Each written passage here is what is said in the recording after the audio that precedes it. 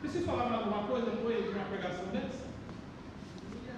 Eu estava preparando, falei para Deus, Deus, eu tenho dificuldade nessa área, por que eu vou pregar sobre isso? Irmãos, eu tenho dificuldade, eu vou pedir oração para vocês me ajudar a libertar desse demônio chamado frustração. Vamos dar um pausa na aula. Eu estacionei o carro, não sei se faz 6 meses, o carro que eu perdi, o carro que eu detonei. Eu estacionei na garagem, muito bonitinho. Levantei de manhã, fui ligar o carro não pegou. Não pegou, mas ele parou ontem, normal. Fiquei bravo. Fiquei errado. Fiquei frustrado. Sabe quanto tempo que o carro foi parar lá?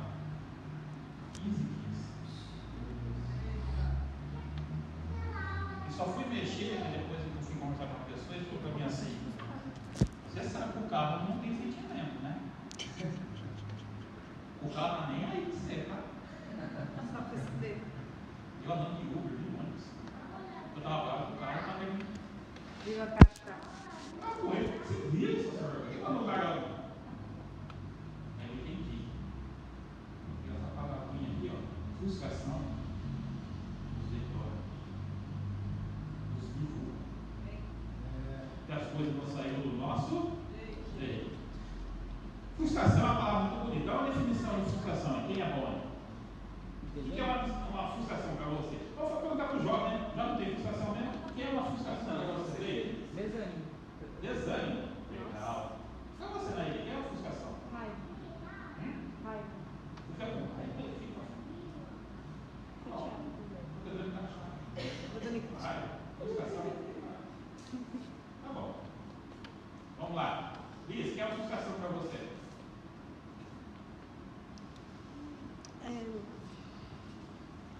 Eu espero algo e não acontece e eu fico chateada. Ele falou: esperar algo não acontecer, a gente fica com raiva. Invalidez. Da outra. Frustração. O que é uma frustração para você? E a gente pretender algo e não conseguir. Não tem a frustração. Incapaz. Quando algo que era esperado falha. Ok. Isso só acontece com nós? Não. Abre aí Isaías 45, 2, 3. Vou te mostrar um segredo desse versículo. Está bem escuro aqui, não consigo ler. Estou igual. Não estou enxergando nada aqui. Mas está escuro hoje. É verdade, está escuro hoje. Acharei Isaías 45, 2 e 3. Diz assim: eu irei diante de ti. Quem irá diante? Isaías 45, 2. Versículo 2. Vou levantar uma pergunta, isso pode indicar o cara. Eu irei diante de ti. Quem vai diante de nós? Senhor, Ele vai diante de nós. A gente esquece esse detalhezinho. Ele começa o versículo dizendo: eu irei diante de você. Eu irei diante de ti. Endireitarei os caminhos tortuosos, quebrarei as portas de bronze e despedaçarei as trancas de ferro. 3. Dar-te-ei os tesouros. No meu está escondido, no seu. É alguma versão diferente? O tesouro. Escuridão das Trevas, olha. Tá? Darei um tesouro nas trevas. Existe algo na nossa vida pior que uma frustração? Existe uma treva pior? Existe uma caverna pior que isso? E você ficar frustrado com aquilo que você achou que deveria acontecer e não aconteceu de acordo com o seu plano? Sabe como você vai? Você obedece a Jesus, você vai para o quarto. Você se tranca. Você vai mais profundo da caverna. Mas por quê? Porque ali darei os tesouros escondidos e as riquezas encobertas.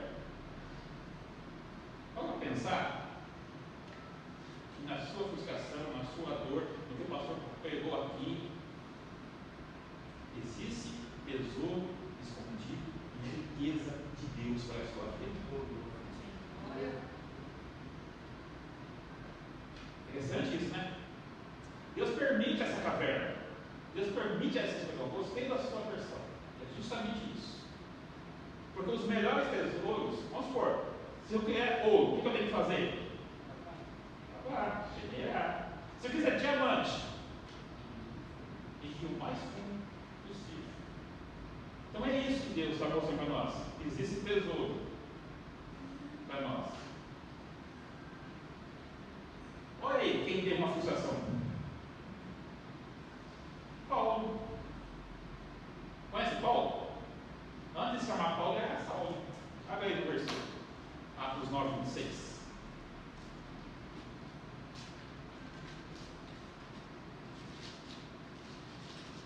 Quando você estava aí, eu vou contar a história de Paulo. Paulo era um perseguidor do cristão. Lembra disso? Ele recebeu uma carta para prender todos os crentes. Todos que diziam que era servo de Jesus. No caminho de Damasco, o que aconteceu? Alguém lembra? Exatamente. Uma definição fica séria. O pastor falou que caiu no cavalo. Por que não? No gorrinho? É o que você estava No vendo. cabelo? Caiu o cavalo. Por que não? É? Se frustrar. Caiu. Na verdade, essa história é a conversão de Paulo. Qual que é a sua história de conversão? O meu cair do cavalo foi atravessar uma portinha do desafio de Jó. Já contei a minha conversão. No dia da conversão, qual foi? Como foi? Porque essa é a história de Paulo, é a conversão de Paulo. Ele estava indo para prender o cristão. Deus o converteu e ele se transformou num cristão. Crente, cheio de fé, batizado com o Espírito Santo. Sabe o que é batizado com o Espírito Santo? Que a vontade dele era sair e pregar a palavra de Jesus. Mas olha o que acontece no capítulo 9. Tendo chegado a Jerusalém, procurou juntar-se com os discípulos. Todos, porém, temiam, não acreditavam que ele fosse discípulo. Cara, imagina, você está doido para pregar. Deus te revelou os céus. Deus falou que existe coisa melhor. Eu preciso contar para você. E ninguém acredita em você. Eu preciso mostrar que Deus revelou que aqui vai ser Deus. Eu preciso falar isso para você. Mas ninguém acredita em mim porque eu falo esquisito. Porque eu me visto torto. Porque eu ando. Mas não é para olhar para mim, é para olhar para a mensagem. Não é para olhar para o carteiro, não é para olhar para o mensageiro. Mas é para olhar para a mensagem que Deus colocou para te entregar. Paulo teve decepção. Quem mais teve decepção? Olhem para mim. Olha aí. Qual foi a decepção de Jesus aí? Não mudou? Não mudou. Marcos 5, 17. Vamos lá? Qual foi a decepção de Jesus? Você lembra disso?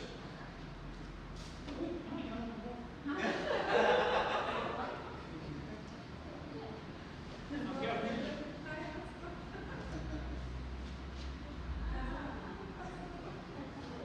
Marcos 5, 17.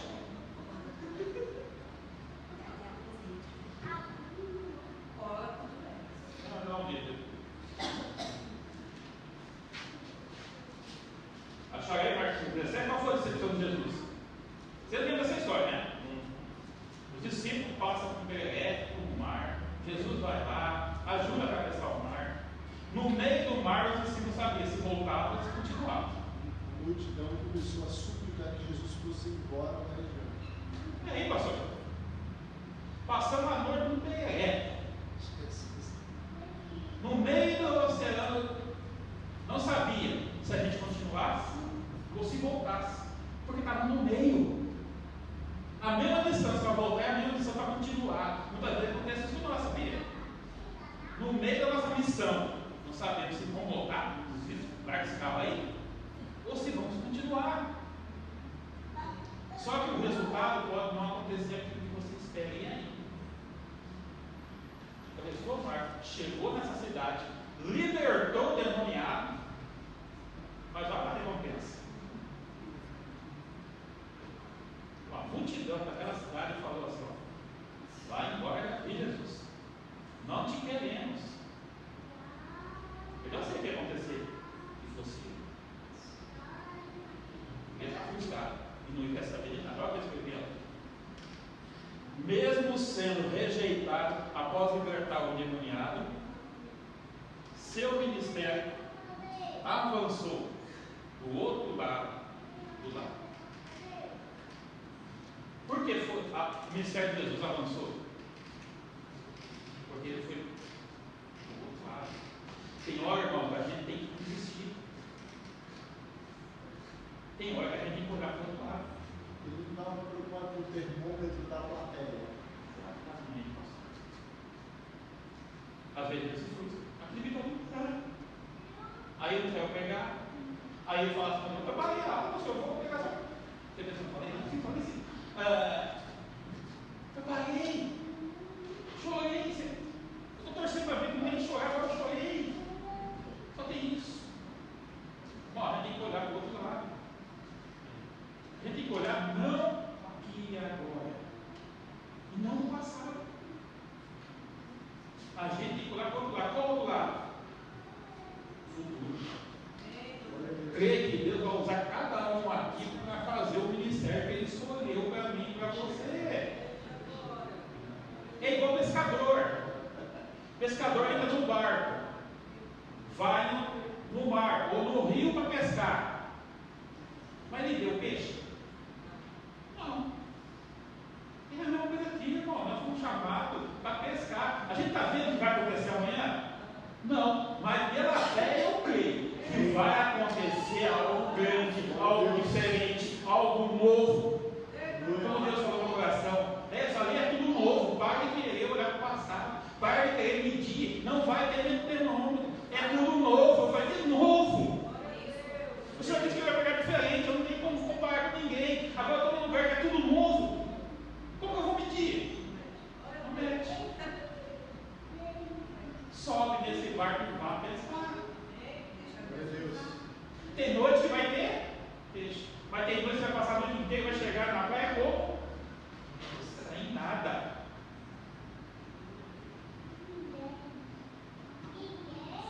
Mostrando que a frustração é um plano, pode ser a porta para outro. Tudo. Falando que, né?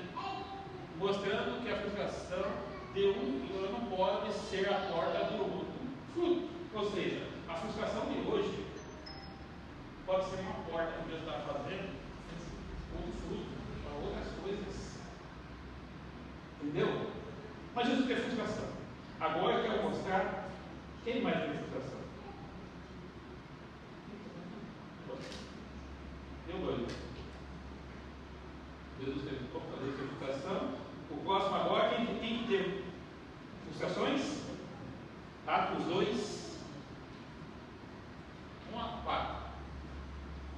A vinda do Espírito Santo no Pentecoste. E aí? Por que foi uma frustração? Em Atos 2. Vamos lá. Atos 2. Foi o Corratinho, agora vai ter frustração também. Atos 2.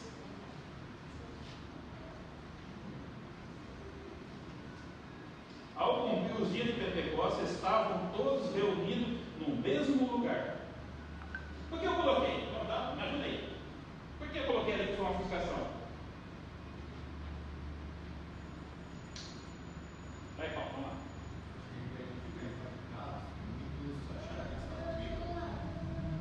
Nossa, você deu um pouquinho. Vamos lá, vamos te ajudar. Dia do Pentecoste foi criado porque Jesus foi crucificado, foi bom? Ou já é uma festa já comemorativa? Já é uma festa comemorativa, ok? Então significa que 50 dias depois da Páscoa, toda a Jerusalém estava em festa, menos esses. Por que eles não estavam em festa? Porque a Bíblia diz que eles estavam com medo, fechado, trancado, com medo da autoridade, com medo do futuro. E por que eles estavam assim? Eles foram citados uma relação premiada, né? O colega colégio apostólico. Se pegar Jesus, o que vai fazer com a gente? Exatamente, pastor. Se pegar o pastor, O nome dele está falando possível. Exatamente. Se pegou o líder, e eu? É isso. O que mais que eles estavam com medo ali? Fechado ali. Olha lá, coloquei. Além do medo das perseguições, eles estavam emocionalmente abalados pela crucificação e morte de Jesus. O que aumentou sua insegurança e incerteza do quê? Do quê? Irmão, a gente nunca vai ter certeza do futuro. Para de querer ter segurança no futuro. Você não tem segurança no futuro. O futuro não te pertence. O futuro é um oceano que Jesus falou: vá lá que eu estarei contigo. Amém. O futuro pertence a Deus. Sabe o que pertence a nós? É o aqui e o agora. É o aqui e o agora que pertence a Deus. É aqui que tem valor. Sabe que você chegar julgado? Dia que você chegar julgado, ele vai perguntar assim: e aquele sábado que eu te dei, que você ficou no sofá? É isso que vai ser julgado. É isso que tem valor para Deus. Não é carro, não é posição, não é mensagem recebida ou não recebida, pastor, não é isso. Não é se está vestido bem, se está vestido mal, não é se fala direito, se fala errado, não é se tem uma casa mais bonita do bairro ou a casa mais feinha do bairro, não é isso. O que importa para Deus é o que você fez com esse tempo que eu te dei, 24 horas. É isso que vai ser julgado, irmão. A geração doente é uma geração que está mais no futuro do que no presente. No futuro do presente, exatamente. Frustração. Frustra, porque eu planejei o futuro, vai ser assim, vão se converter, a cidade inteira vai se converter, chegar lá e te expulsa. Vai se converter para o bairro inteiro. Converte 2 ou 3. Frustração. Mas para quem é a frustração? É sua. Porque o tempo que Deus te deu era para evangelizar. Você evangelizou? Beleza, agora a minha parte eu fiz. É igual a mulher que ligou para a outra. Ele falou assim: ó, Deus mandou um recado para você. Que essa religião que está procurando não é religião. E desligou o telefone. Aí o filho da mulher perguntou: quem te ligou? Ela falou: foi Deus. Eu fico: como assim Deus te ligou? Ela falou: eu não entendo como Deus trabalha. Eu só sei que eu pedi para ele e ele me respondeu. Então foi Deus que me ligou. É assim que Deus trabalha. Deus vai te responder, irmão. Como que ele vai usar? Como que ele vai responder? Eu não sei, só sei que ele responde. Amém? Então a frustração tem para todo mundo. Até no meio de uma festa a gente pode estar frustrado. O que não podemos é ficar nesse quarto fechado. Irmão, não tem problema nenhum de depressão. O problema é ficar lá. Por que a frustração muda a cabeça de muita gente, mas não muda a cabeça de alguns? Muda a cabeça de muita gente. Muita gente muda de família, muda de emprego, muda de igreja, muda de vida, muda até de si mesmo. Eu vou dar um testemunho de frustração. E outros continuam seguindo resiliente em meio às frustrações. Eu vou dar essa resposta baseada em testemunho.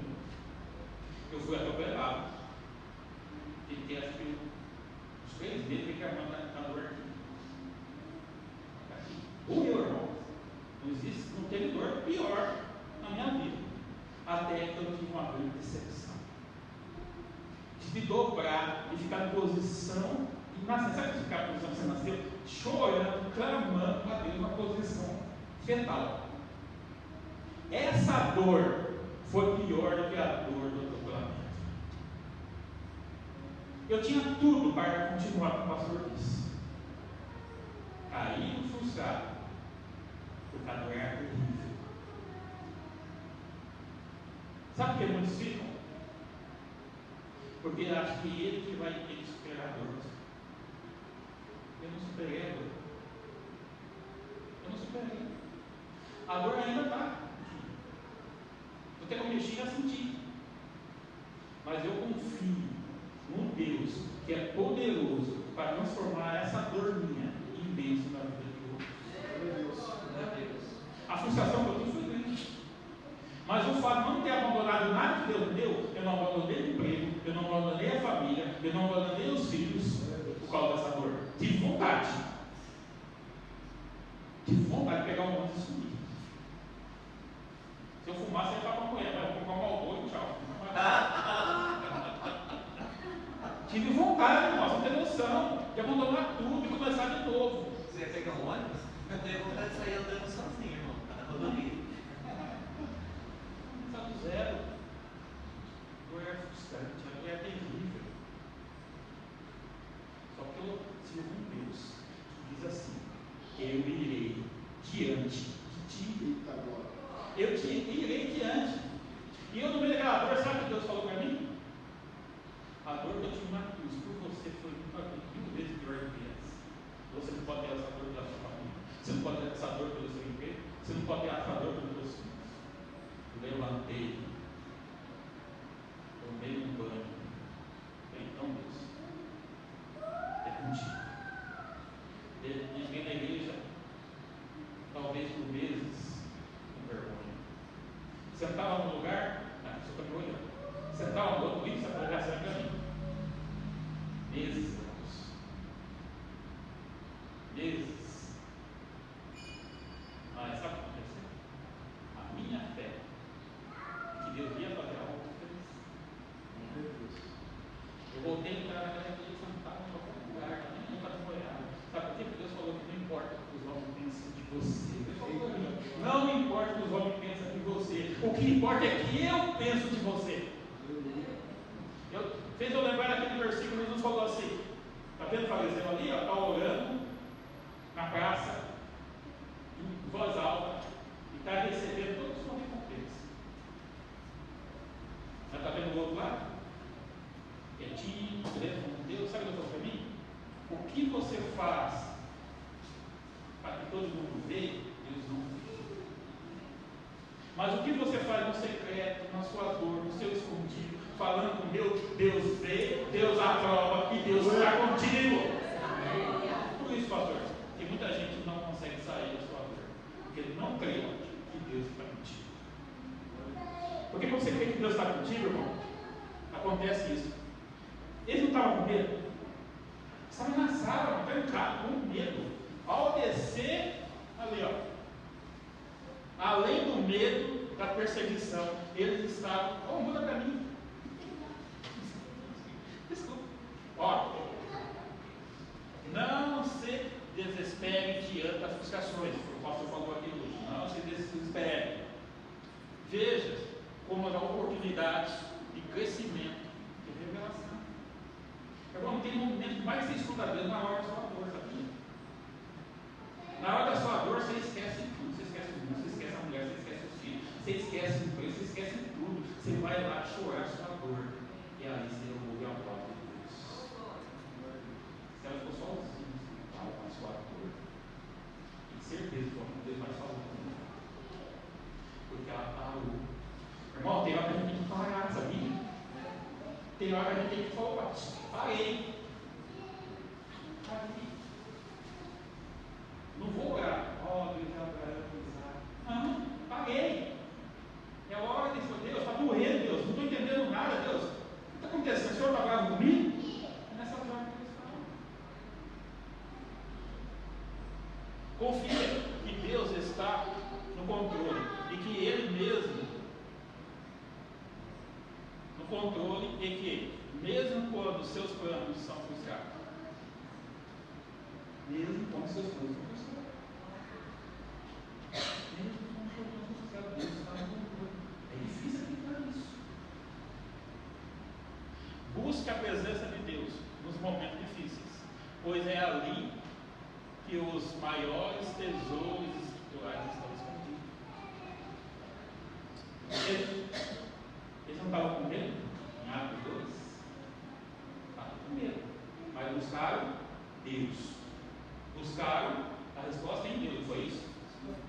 Então, hoje a gente fala que lá teve fogo, teve medo. Nada disso. Teve a descida do Espírito. Todos foram batizados.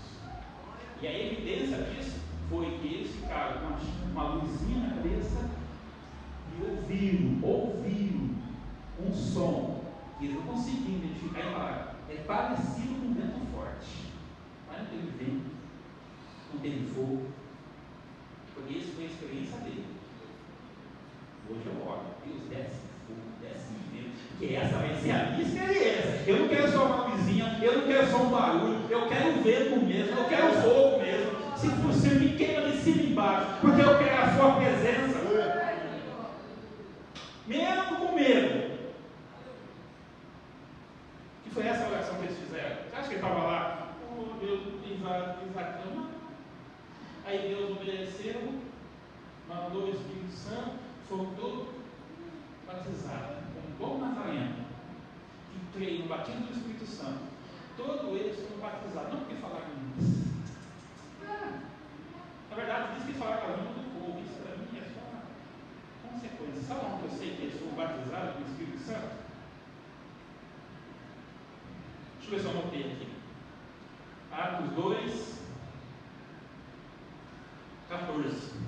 Vê aí o que aconteceu. Atos 2, 14. Quem pode ler para mim?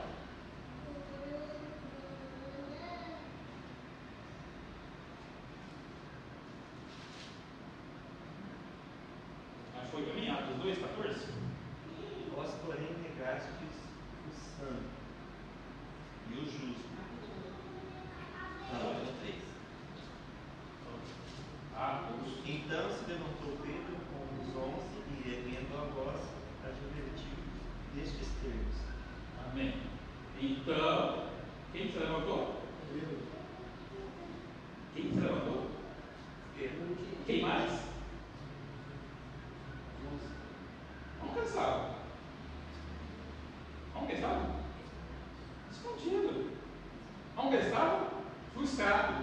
Onde estava? Brigando com Deus no seu secreto. Onde estava? Tremendo de medo.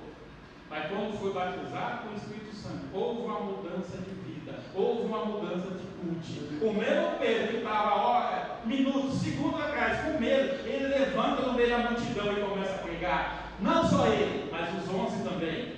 Começa a dar testemunho. Irmão, está na hora de nós receber esse batismo do Espírito Santo e levantar nossa voz para essa multidão aí fora, que Jesus está vivo, que Jesus ainda pode fazer milagre, que Jesus cura, que Jesus leva para o céu e que o inferno é uma realidade. Se você não prestar atenção, é para lá que você vai.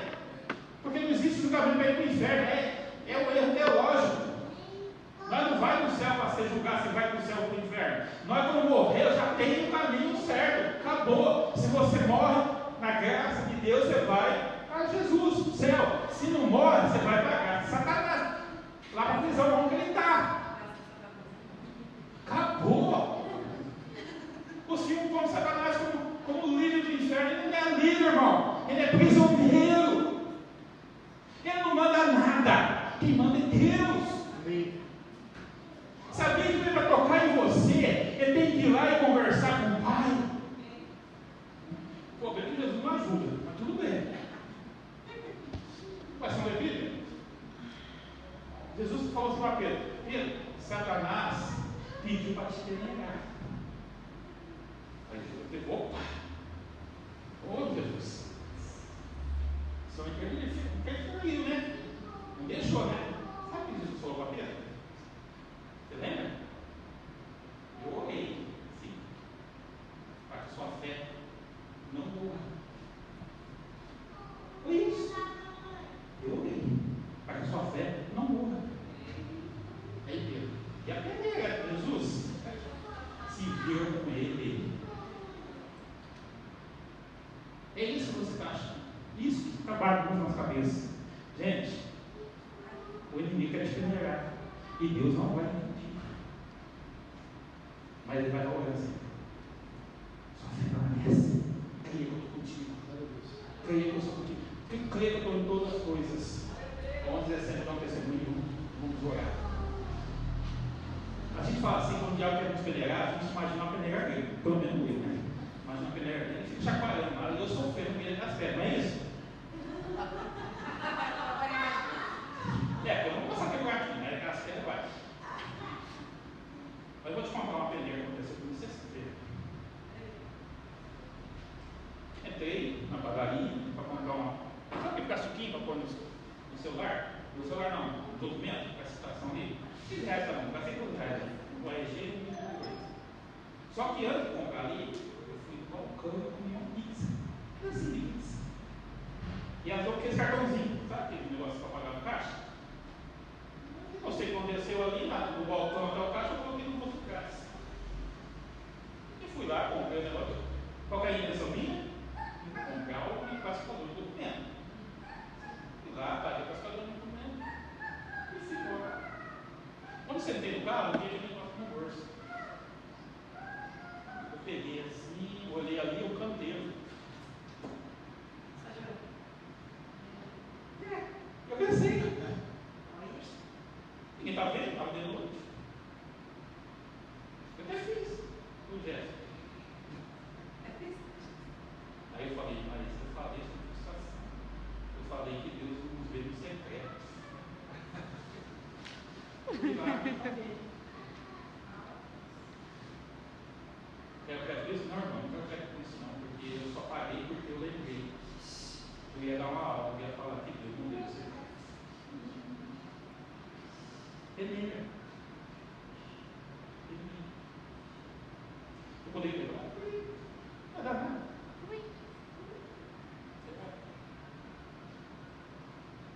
Lembre-se que Deus não está interessado no que você faz perante o fim. Você não lembra minha agora, não lembra de Deus. Do mesmo jeito que eu paguei, eu poderia jogar.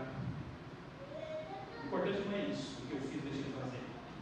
Sabe qual é o importante? Que eu ouvi a voz do Espírito Santo. Fazendo certo ou errado não importa. O importante é que eu ouvi a voz do Espírito Santo quando eu ia jogar. A minha fé não morreu. Eu ainda acredito que o Espírito Santo fala. Eu ainda ouço a voz do Espírito Santo, mesmo não entendendo.